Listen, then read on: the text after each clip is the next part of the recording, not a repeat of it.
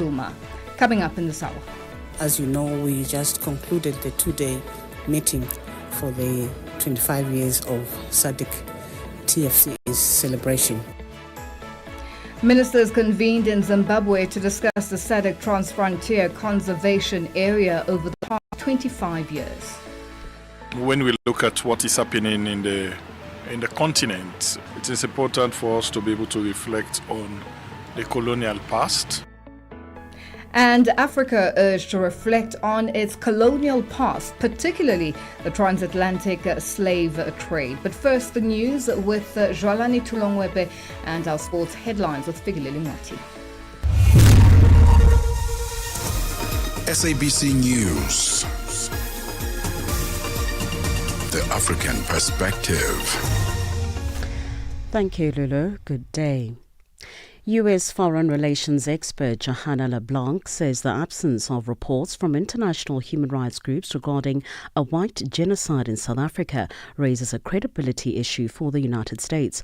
Yesterday, President Donald Trump made claims that there is a genocide in South Africa, presenting a video of the Economic Freedom Fighters leader, Julius Malema, singing the Kill the Boer chant as evidence for his assertions. In response, President Ramaphosa rejected these claims, emphasizing that the inflammatory rhetoric from certain groups does not reflect government policy.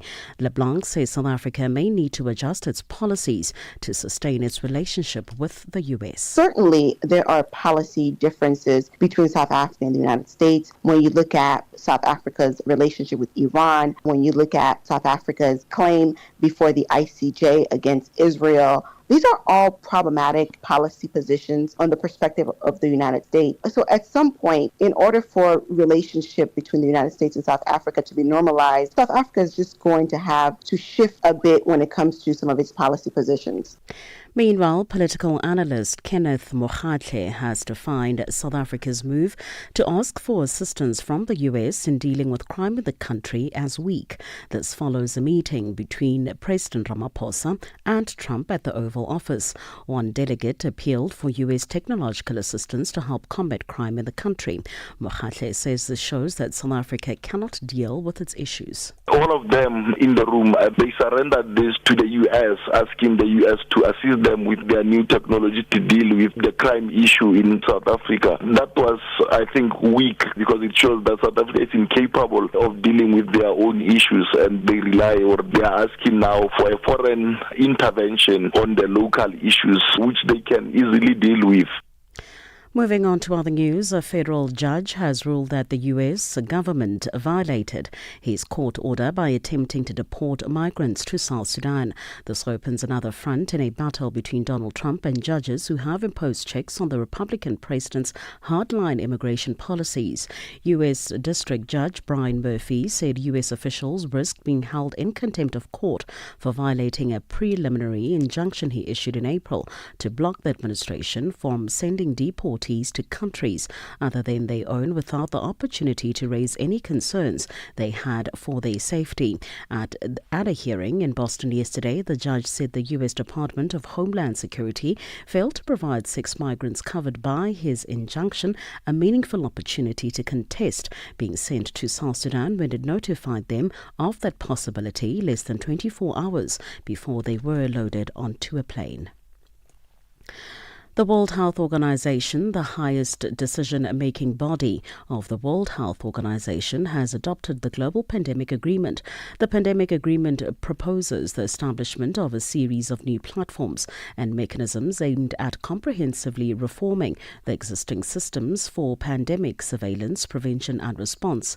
Chief of Staff at the Ministry of Health of Ethiopia, Dr. Mebratu Masebo elaborates. One of the motto in our revised health policy is how we can make the health services fit for 21st century. The world is now moving to digitization, moving to artificial intelligence. How that can help the health service of those marginalized group than the advantaged one. So how we can reach more people with digital health initiatives, including identifying it, and also the research, standardization, infrastructure improvement should all consider the new development and the world is going.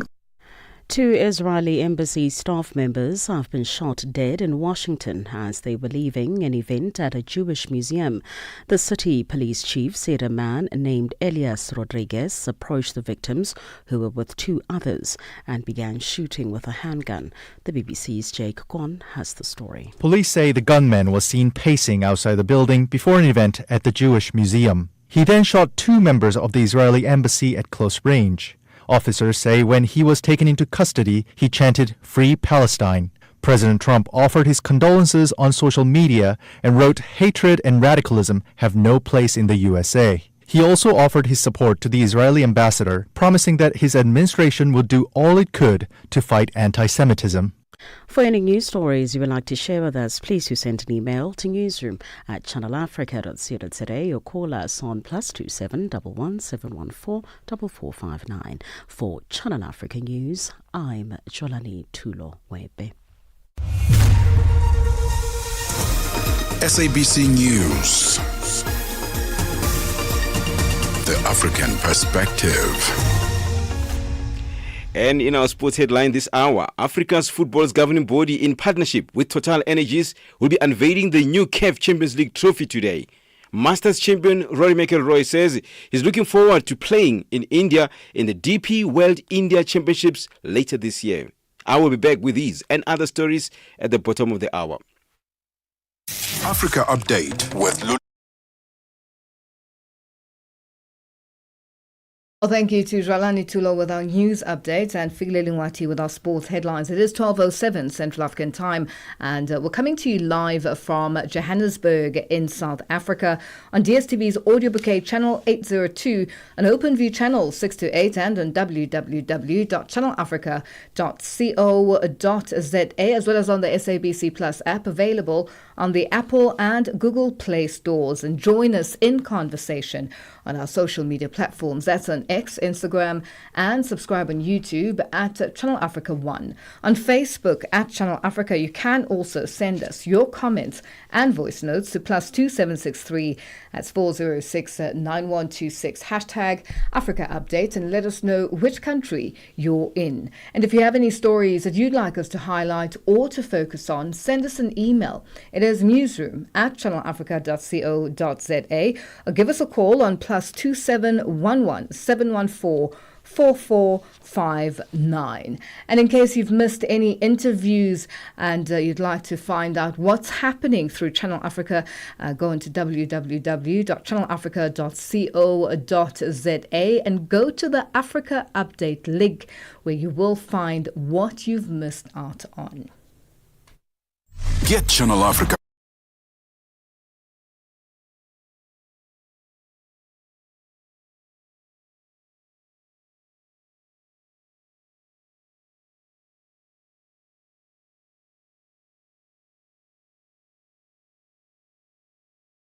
Ministers convened in Harare, Zimbabwe, to discuss the successes and challenges of the SADC Transfrontier Conservation Area over the past 25 years. Their agenda includes topics such as climate change, the wildlife-based economy strategy, anti-poaching efforts, and vulture conservation. Furthermore, against the backdrop of decreasing global conservation funding, the summit is expected to present a unified stance emphasizing the potential negative impact of the ivory trade ban on countries like Zimbabwe. John Kasim has more. Following a successful SADC TFCA conference that began on Monday, environment ministers from the region have begun their discussions in Harare to advance conservation efforts.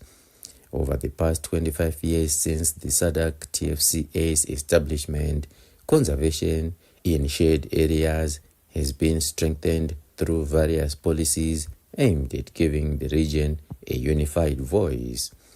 This resulted in several Transfrontier Conservation Area agreements, with Zimbabwe leading the way by establishing 6 such agreements with other neighboring nations. Although poaching incidents surged in 2011 and the immediate aftermath, the SADC TFCA, through its law enforcement and anti-poaching LEAP strategy, successfully reduced these occurrences. While this shared strategy proved effective for some wildlife species, South Africa has experienced an increase in black rhino poaching. This led to widespread dehorning, which has contributed to improved rhino conservation regionally. The ministers are also expected to review the wildlife trade and trafficking, a growing issue driven by demand for big cat and vulture body parts in Asia. Ultimately, they will revisit the ivory trade ban imposed on countries like Zimbabwe by CITES, with the goal of voicing their opposition at COP20 later this year. Channel Africa spoke with Barbara Lopi, Head of Communication and Public Relations for the SADC Secretariat, who provided further insights. So what we were having today was a joint meeting of SADC ministers responsible for environment, natural resources and tourism. And that report by John Kasim, our correspondent in Zimbabwe. Africa Update with Lulu Gaboo.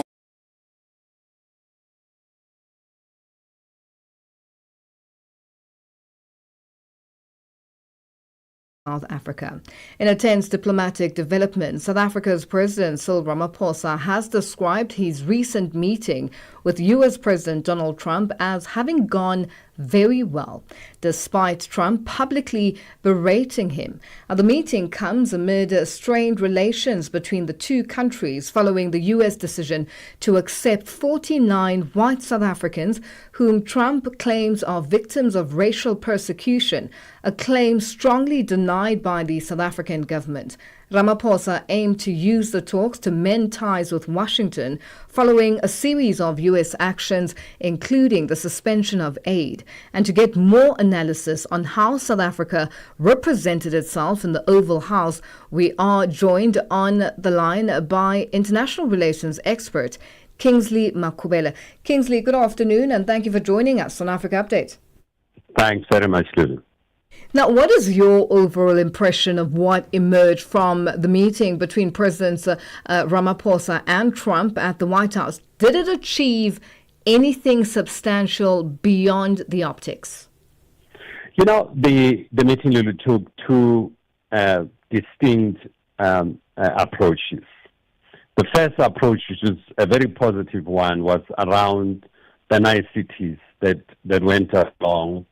Ramaphosa explaining what he needed to do, exchanging views around conflict areas, around the problem between Ukraine and Russia and the DRC. But that was the best part of the meeting. And at that stage, I thought the meeting should stop. It should go into a closed session. Then a question was raised by a journalist around genocide. And Trump handled it very well in my own view, because he then said, well, there are questions of genocide, whether it's genocide or it's persecution. I don't know. We're going to discuss this thing. And then he moved away from this. And he started talking about the Ukraine and so on. And at that stage, I thought we are done. But a follow-up question came from another journalist who asked about genocide and asked a direct question to Trump. And Ramaphosa then said, let me answer this for you. And that's when everything went out of control. So there's a second segment, and it became confrontational. My own view, Lulu, is that at that stage, President Ramaphosa should have said to the journalists, as President Trump said, these are issues that we're going to discuss in the closed session. And coming out of the closed session, I think we'll see eye to eye on these issues and stop dwelling on the issues. Because doing that, he challenged the authenticity of what Trump had previously said. And I thought he shouldn't do that. Excuse me. He shouldn't do that when the cameras are rolling. Now, considering the tense backdrop ranging from the U.S. accepting white South African refugees, in inverted commas, to accusations of genocide, How would you assess President Ramaphosa and his delegation's handling of the situation in Washington? And, just starting, Kingsley, with the two golf players, the golf legends. The question that should have been dealt with, let's start with the minister, Steenhuisen himself. He should have endeavored to rebut the question of genocide.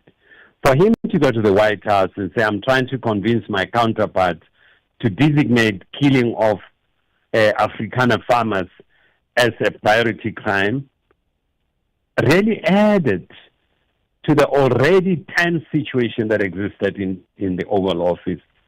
Instead of really rebutting the question that there's genocide, I think he failed to do that. I give a lot of credit to Johan Rupert for coming in at that stage and say, listen, the killing in the Cape Flat is not against farmers. These are ordinary people. These are black people there.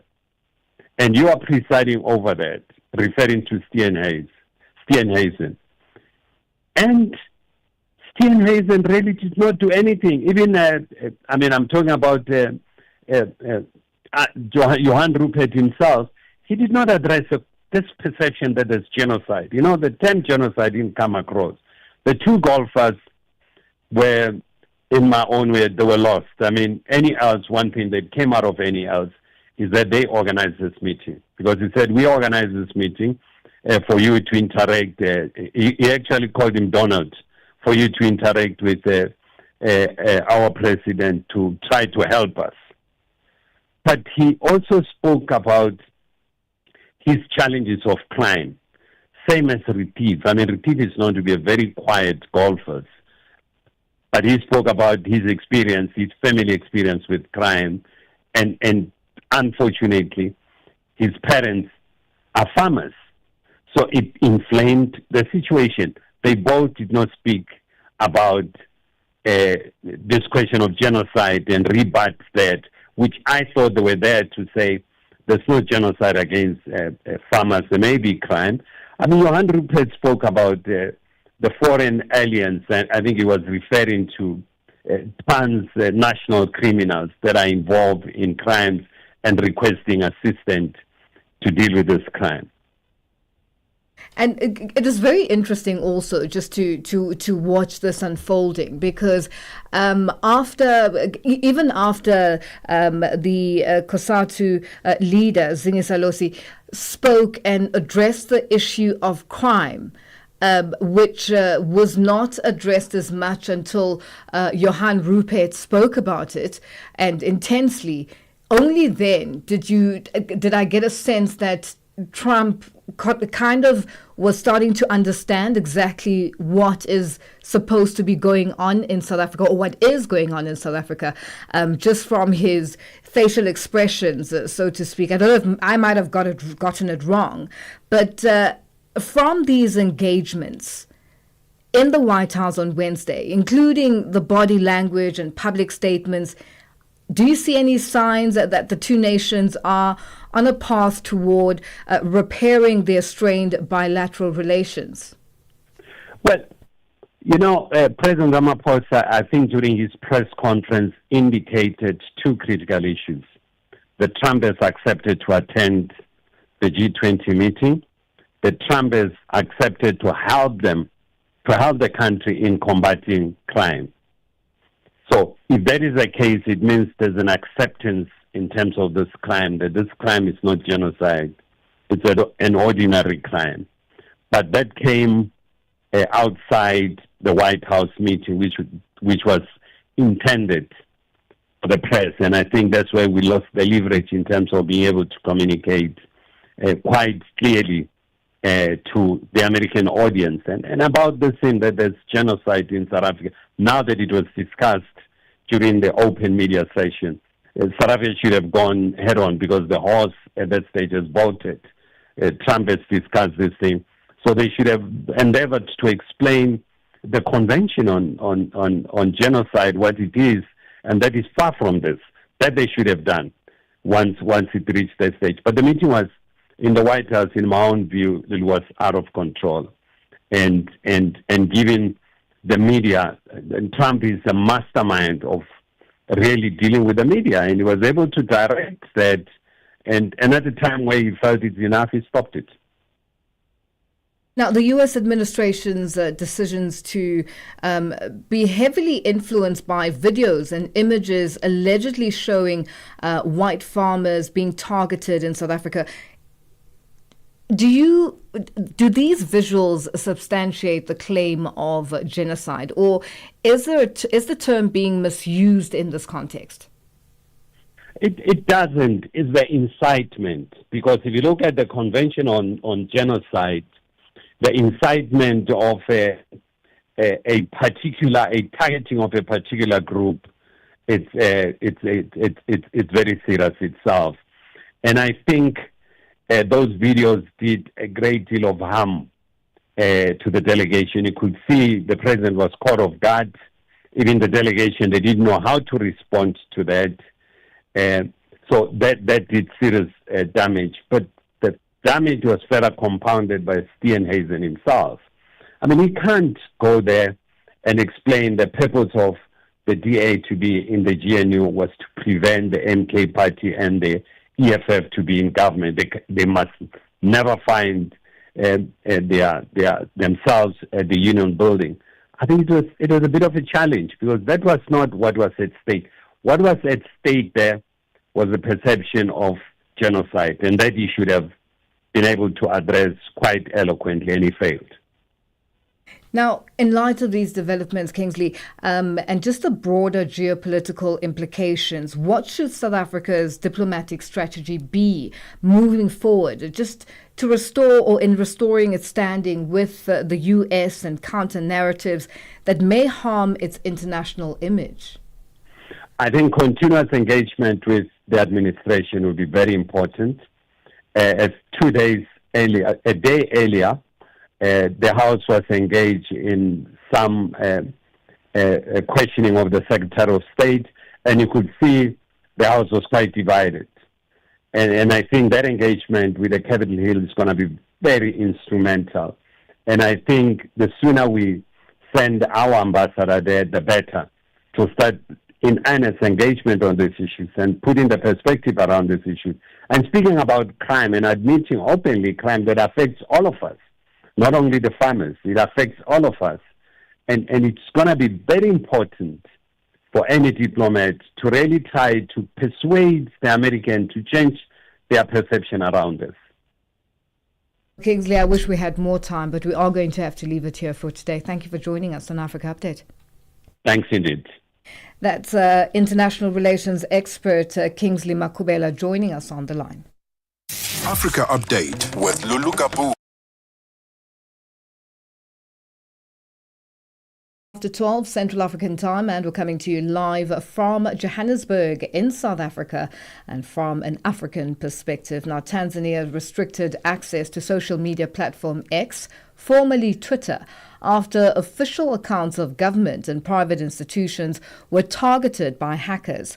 On Tuesday, the official police account was compromised with sexually explicit material and false information that the president had died being posted.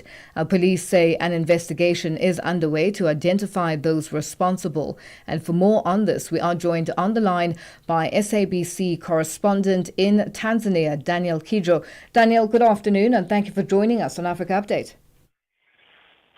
Good afternoon. Thank you so much for having me. Now, Daniel, how big was the restriction to X, and were other social media platforms affected? Yeah, this is a big ban on X. It is nationwide, with NetBlocks confirming it was unreachable on about all major internet providers across Tanzania. In fact, users in Dar es Salaam and other regions, have reported not being able to access X without VPN, which of course is illegal in Tanzania if you don't have a permit for it. While the focus is on X, the government has historically had a history of broader social media restrictions. For instance, early May 2024, Tanzania blocked over 80,000 websites, blogs, and social media accounts under the guise of protecting children's mental health. However, the current crackdown appears to be only targeted at X, with no mention of other platforms like Facebook, WhatsApp being affected at the same time. Now, has government stated who they suspect is responsible for the hacking? Unfortunately, not explicitly. Authorities have not publicly identified the suspect, but labeled the hack as a sort of minor incident while vowing to find those responsible. The government spokesperson, Gerson Msegu, assured the public that Tanzania's cyberspace was secure and urged calm, but no real further details were provided. He issued a stern warning saying that the government will hunt down the perpetrators and ensure it brings them to the hands of the authorities. So no names yet, but the government says it is hot on the heels of whoever's responsible. Now, this is the second time this year that government has shut down access to social media, with critics highlighting increasing digital censorship. What are the critics saying now? Well, it is an interesting time for Tanzania and sort of the critics in terms of digital censorship, because critics are including human rights groups and digital rights organizations, argue that Tanzania's actions are politically motivated to suppress dissent and also elections in October this year. There's a 2020 online content regulation which criminalizes destructive content, which have been weaponized to create and compromise national security. So this is a justification the government has put for censorship, saying that it protects matters of national security. While critics argue that it is silencing opposition voices.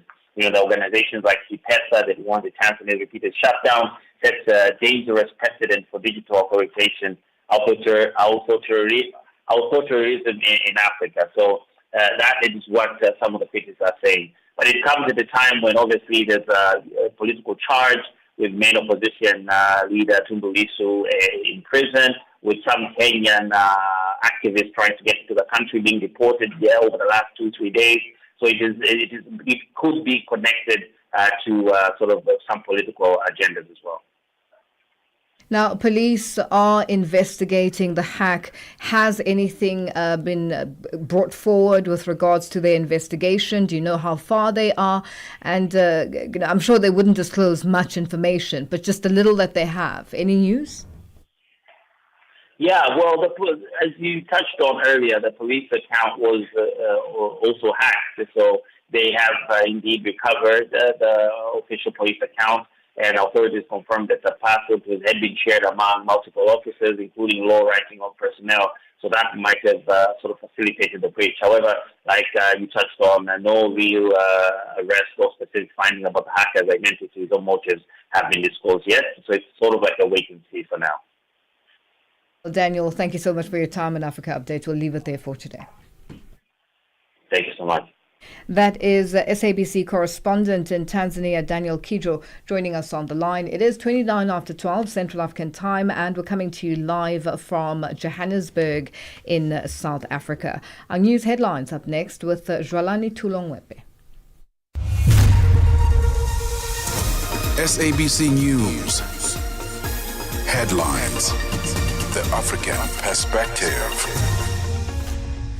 Thank you, Lulu. Good afternoon. Making headlines, Secretary General of South Africa's African National Congress Party, Fikile Mbalula, says evidence presented by US President Donald Trump yesterday to support his claims of a white genocide in South Africa shows that he's misinformed. This after Trump played a video of leader of the Economic Freedom Fighters, Julius Malema, singing the Kill the Boer chant to support his claims of a genocide. The federal judge has ruled that the US government violated his court order by attempting to deport migrants to South Sudan. This opens another front in a battle between Trump and judges who have imposed checks on the Republican president's hardline immigration policies. And finally, Israel's embassy in Washington says its staff is devastated and heartbroken following the killing of its two members. The couple was shot dead while leaving an event at a Jewish museum. I will have details on these and other stories at 1 o'clock. SABC News. Headlines. The African Perspective. Thank you, Jwalani Tulongwepe, for our headlines. We say good afternoon to Fikile Lingwati with our sports update. Sports on Channel Africa. The African perspective.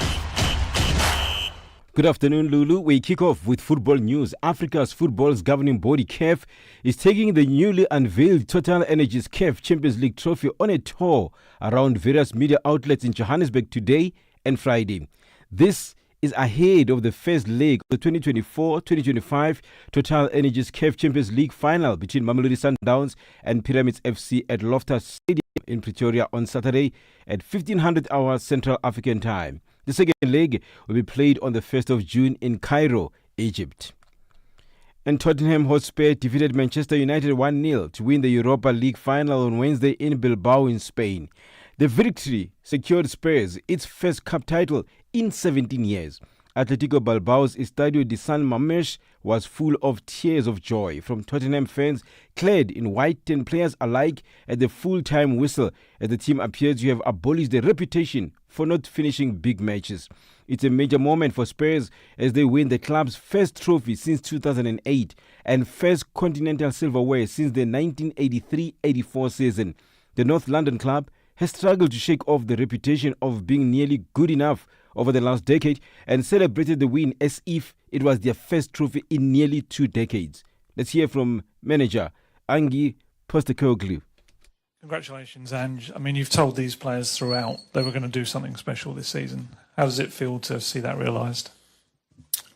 Yeah, look, it's hard sort of to put into words the emotions. Super proud of the players. It's a quote, my favourite Australian Prime Minister, Paul Keating, he said, after an unlikely victory, he said, this is one for the true believers. And this is certainly one for the true believers. And that means, an unbelievable group of players who never wavered, never lost faith in me and what we were doing.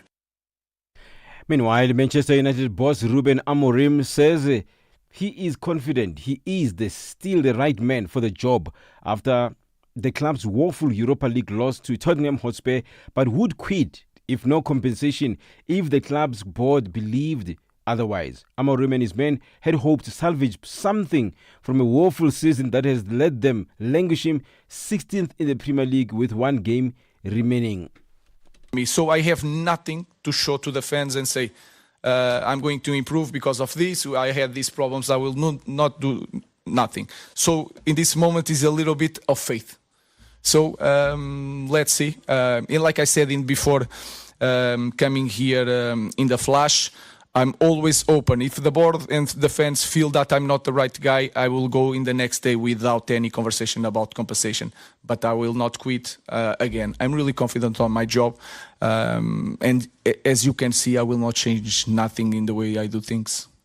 Now, tennis news. Novak Djokovic cruised into the quarterfinals at the Geneva Open as he began his latest bid for a 100th ATP title with a straight-set victory over Martin Fucsovics. Djokovic, who turns 38 on Thursday, won 6-2, 6-3 to record his first win on clay since completing the career Golden Grand Slam at the Paris 2024 Olympic Games last summer. And let's end with golf news. Masters champion Rory McIlroy says he's excited to play his first tournament in India in the DP World Indian Championship later this year.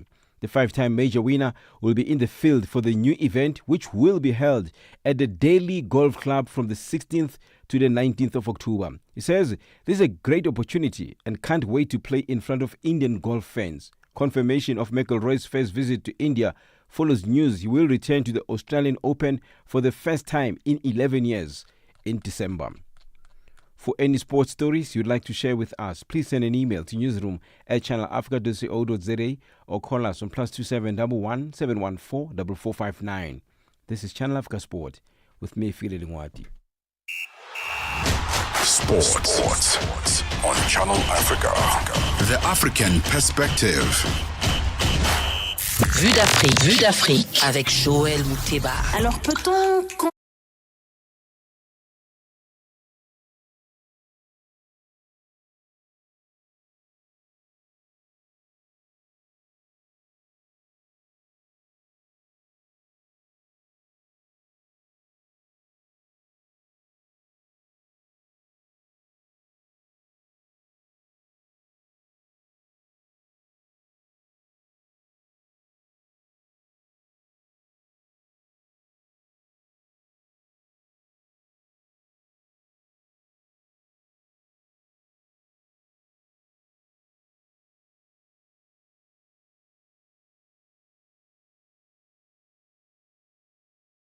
Our sports update, and we say good afternoon to Nosipo Zuma with our business news.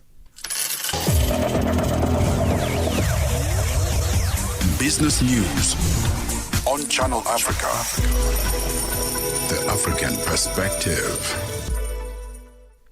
Thank you, Lulu. Good afternoon. In your business news this hour, South African Deputy President Paul Mashatile has assured the business community in France that South Africa is willing to increase trade between the two countries. Mashatile spoke to the SABC News on the margins of South Africa-France Investment Conference, where Pretoria wants to intensify cooperation in the fields of infrastructure development, science and technology, innovation and education, among others. The Deputy President says since the first presidential investment conference hosted in 2018, French companies have committed more than $3.9 billion, with the majority of projects either completed or being implemented. We as government are here, myself with the ministers and deputy ministers, has really ensured that it really created a momentum for business people. They can see that government is quite serious about this. I made a proposal that, this should not be a once-off thing, that we should be able to meet again. So the suggestion that it will become, once we finalize things, probably a biannual investment conference. South African Labour analyst Mojalefa Musi has described the latest budget as regressive and has lamented the hike in fuel levy, which he says will have a negative impact on workers. Finance Minister Enoch Godongwana announced on his budget speech in Cape Town that from June, the general fuel levy on petrol will increase by 16 South African cents. Musi says the increase serves as a replacement to the VAT hike that was abandoned and does little to bring relief to workers. The elimination rather of VAT hike, they replace it with the hike in fuel levy. Now it's really robbing Paul to pay John, right? But if you look at the expenditure of workers, 40% of the workers' earnings are on transport. So if you push up fuel levy, what it means is that you're pushing up transport, you're pushing up food, you're pushing up everything. Cameroon's Ministry of Finance says the country's finance minister has been authorized to raise up to $348 million from international financial markets to shore up government's cash flows for the 2025 fiscal year. Now, this follows the issuing of a presidential decree for the fundraising exercise. Ayanda Mkwanazi has more. The head of finance operations at Cameroon's Ministry of Finance, Kelly Moua Kingsley, says the government will consider using several market instruments to raise these funds, but most likely syndicated loans. He explained that syndicated loans offer a swift solution with flexible drawdown options, which will fit the country's urgent liquidity needs. The government aims to stabilize its finances with this fresh external borrowing approval. And finally, foreign investors continued to sell Japanese government bonds in the last week. This is according to the Japan Ministry of Finance data, which says the sell-off reflects the growing concerns over the country's fiscal stability and waning demand for long-duration debt. Now, according to the data, foreign investors net sold $11.86 billion worth of Japanese bonds in the last week, with longer-term bonds facing a third successful outflow during the week. Analysts say the government bonds have come under sustained pressure in the recent weeks, driven by rising worries over deteriorating public finances and high inflation. Your financial indicators: $1 in Nigeria is trading at 1,591 naira 51. In Botswana, it's 13 pula 32. Kenya, the dollar is trading at 128 shilling 28, and in Zambia, it's 27 kwacha 08. The BRICS countries: $1 in Brazil is trading at 5 real 66. Russia is 80 rubles 11. India is 85 rupees 58. China at 7 yuan 20. And in South Africa, $1 is trading at 17 Rand 91. $1 is trading at 74 pence to the British pound and 88 to the euro. Looking at commodities, gold is trading at $3,312 and platinum at $1,069 per ounce. The price of Brent crude oil is at $64.22 a barrel. Now, for any business news stories you would like to share with us, please send an email to newsroom@channelafrica.co.za or call us on +27 11 714 4459. For Channel Africa Business, I'm Nosipho Zuma.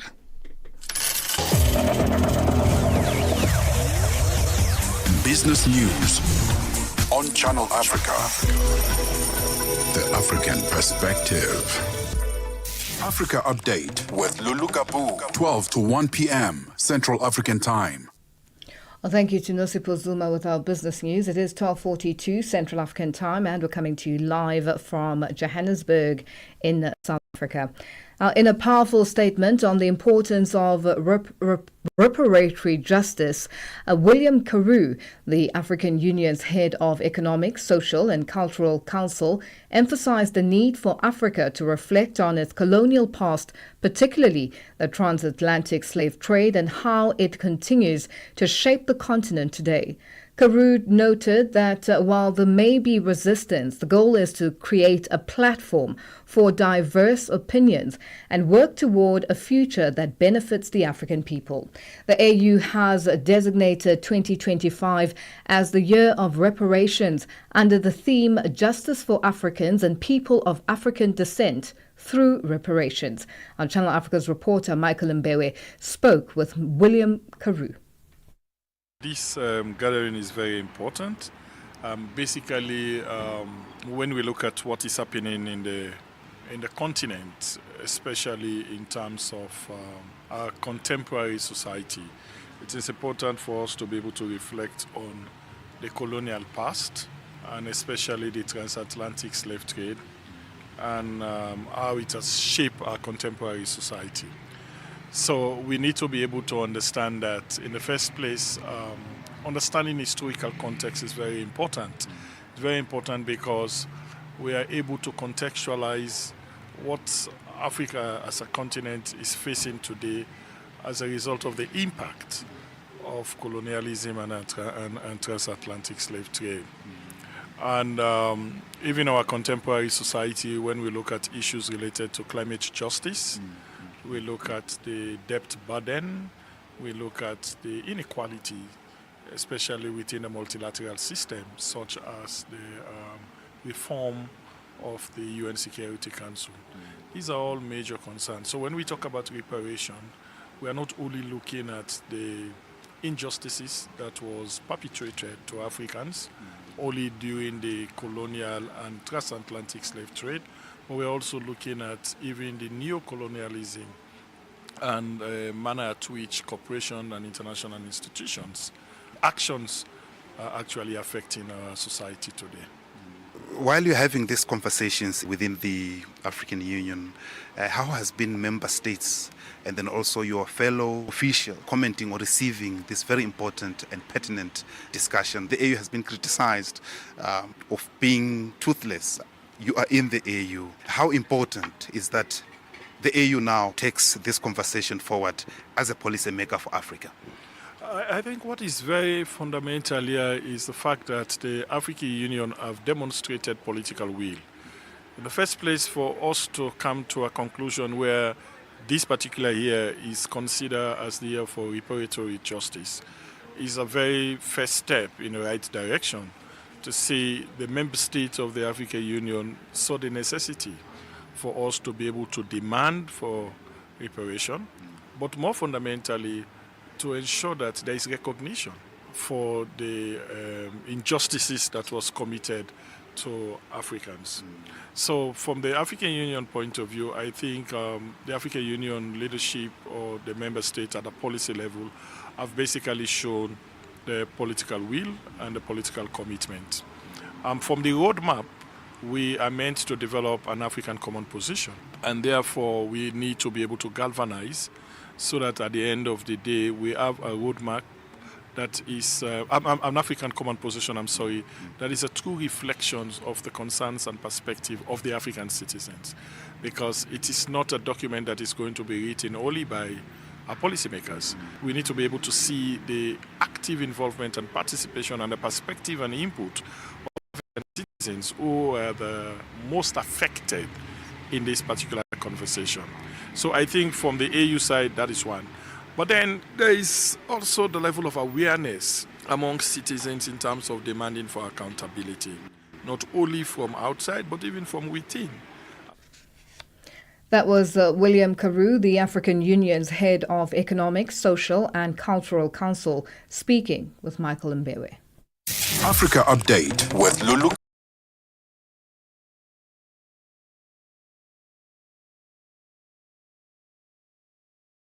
This afternoon, lead a wreath-laying and tree-planting ceremony at the Solomon Mahlangu campus at Sokoine University of Agriculture in Morogoro, Tanzania. The university was used as a military base for exiled members of the African National Congress. Bongani Majola, defense attaché at the South African High Commissioner in Tanzania, is on the line to discuss this further. Bongani, good afternoon and thank you for joining us on Africa Update. Okay, thank you very much, ma'am, to have me here. Now, tell us about the significance of today's wreath-laying and tree-planting ceremony. You would remember that we had a number of people dying here. Mainly, the sickness was malaria by then, especially children. A number of them also died, and also old people died. Therefore, then this created a sort of umbilical cord between Tanzania and South Africa. Therefore, this umbilical cord should be at all costs be maintained. The educated, usually they say, this is my home away from South Africa. So it's very important for the president to lay the right laying here. Now let's talk about the role played by Tanzania in South Africa's liberation. How would you describe it? Ma'am, the assistance that were offered by Tanzanian government, you name even their military, even their institutions. Of lately, it was military when Mandela had issued an order that we stop guerrilla warfare. We then embark on conventional training. Tanzanian People's Defense Force are the one who trained us, even trained us up to officer level. Not only that, we have guys who were educated here, be it Institute of Social Worker, be it Mbeya, the nursing school. We can name them a lot. And what about Tanzania? What makes it a great African country? You will remember when we started the liberation movement, I'm talking about the first 5 countries in the SADC world. I'm talking about South Africa, Angola, Mozambique, Zimbabwe, and Namibia. The first training that took place during the period of 1943 in Kongwa, which is a place 90 kilometers from Dodoma. It falls under Dodoma, upon which we cascaded. Eventually, some of the ANC members were given a place which is called Tekawa. We have also cemetery there. Then at a later stage, a school had to be constructed, which is called by then Mazimbu Education Institution. Later stage then, after the hanging of Solomon Mahlangu, it was named after him. Bongani, just in wrapping up, take us through what will be happening this afternoon. This afternoon, right now, they are busy on lunch, upon which they will then, the former president will then, with the professors from the institution here, remember Mazimbu campus, Solomon Mahlangu campus, enrolls the first and second year with regard to agriculture because it falls under Sokoine University. It lectures on agriculture. But then they've tried also to extend classes into mathematics and statistics. We are saying Tanzania is a home. Without Tanzania, the SADC country, I'm not talking about only South Africa, the SADC countries would not have achieved what they have achieved. And Bongani, just very quickly, with what is happening currently in Tanzania with regards to the arrest of the opposition leader, Lissu, who is behind bars currently and has appeared in court once before, remanded for in custody until the 2nd of June for another appearance, as well as a deportation of a former Minister of Justice in Kenya who had come to Tanzania in support of the Chadema leader. What's your take on what is happening on the political arena of Tanzania currently? Ma'am, unfortunately, you are speaking to a defense attaché. I specialize in military matters, lies in between the South African National Defense Force and the Tanzanian People's Defense Forces. Those are matters that I can address. Politically, I can address that. I'm not first or second secretary or third secretary political, but rather a defense attaché. I deal with the things of the defense. That's all. All right, Bongani, thank you so much for joining us on Africa Update. We'll leave it there for today. Thank you very much, ma'am. That's Bongani Majola, Defense Attaché at the South African High Commissioner in Tanzania, joining us on the line. It is 12:52 Central African Time. In this episode of Channel Africa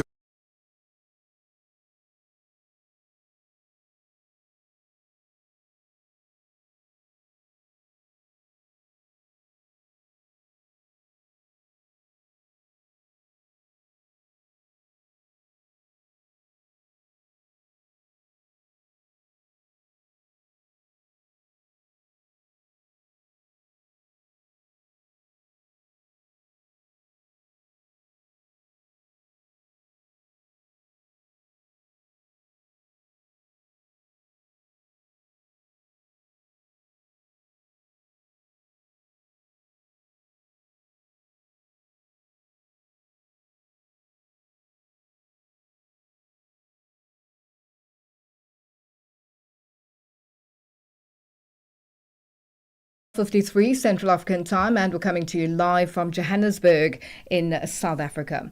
The South African Rooibos Council says consumers are increasingly turning to herbal infusions, with rooibos leading the charge, adding that the shift is particularly evident among Gen Z and millennials who, despite their shared health-conscious outlooks, exhibit distinct preferences in their tea consumption habits. Dimagazo Lisho filed this report. A shift in beverage preferences is evident among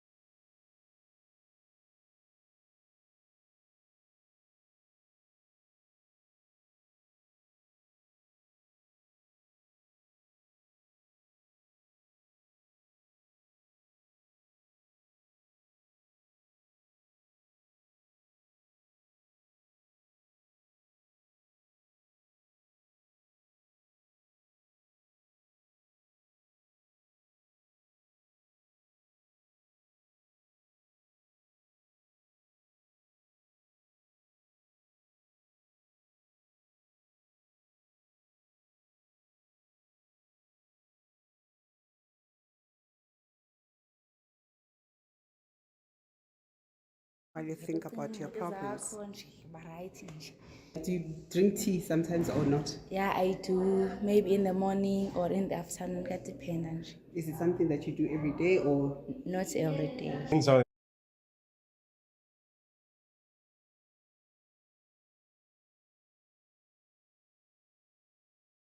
No, at this age that we're in. But we don't overindulge in rooibos. But rooibos is nice. For Channel Africa News, I'm Dimakatso Leshoro in Johannesburg. Well, it is that time of the day where we say good afternoon to the Upside team with Nompumelelo Ngubeni. How are you today? Lulu, I'm very well, thanks. How are you? I'm good, thank you. What's happening today? We are going to reflect on Channel Africa's birthday. Mm-hmm. Just taking a look back over the years and what has been happening, you know, how the channel has metamorphosized over the years. And then we will speak to Marlies van Zyl, who's the CEO of Aspire Art. And we're going to be reflecting on Marlene Dumas, who is an artist, and she is leading the charge for the African female painters at Aspire Art. We'll find about her latest works that are showcasing at Aspire Art, what the theme is, why it is that she is leading in terms of female art. We will then reflect on Olamo Mokwenya, who is redefining African street style. So we will be speaking to this designer who is from Botswana, and also just reflecting on the garments that came out of very recently. Fashion Week? Not Fashion Week. Which one?